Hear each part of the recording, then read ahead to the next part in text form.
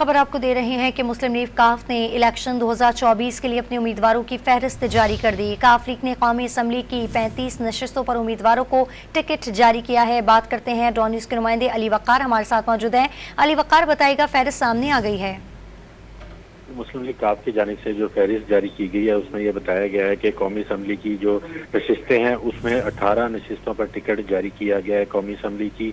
उसके अलावा काफ लीग की जानिब से पंजाब में सूबाई असम्बली की 36 टिकटें जारी की गई हैं और सुबह खैबर पख्तूनख्वा में 5 उम्मीदवारों को, बलोचिस्तान में कौमी असम्बली के 4 उम्मीदवारों को टिकट जारी की गई हैं, जबकि कौमी असम्बली में सालिक हुसैन, हुसैन इलाही, मोनस इलाही, तारिक बशीर चीमा को भी टिकट जारी की गए हैं। कराची से मोहम्मद तारिक हुसैन, अरशद अली खान, मोहम्मद जमील, सैयद फैजान अनीस को कौमी असम्बली के टिकट जारी की गए हैं। कोयटा से शकील रोशन, खैरपुर से नियाज हुसैन, सक्खर से अब्दुल कादिर, जैकबाबाद से नवाब अली को मुस्लिम लीग काफ का टिकट जारी किया गया है। इसी तरह पंजाब असम्बली में भी चौधरी शाफी हुसैन PP 31 और गुजरात और चौधरी सालिक हुसैन PP 32 गुजरात से इलेक्शन में हिस्सा लेंगे। बहुत शुक्रिया तफसीलात देने के लिए अली वक़ार आपका।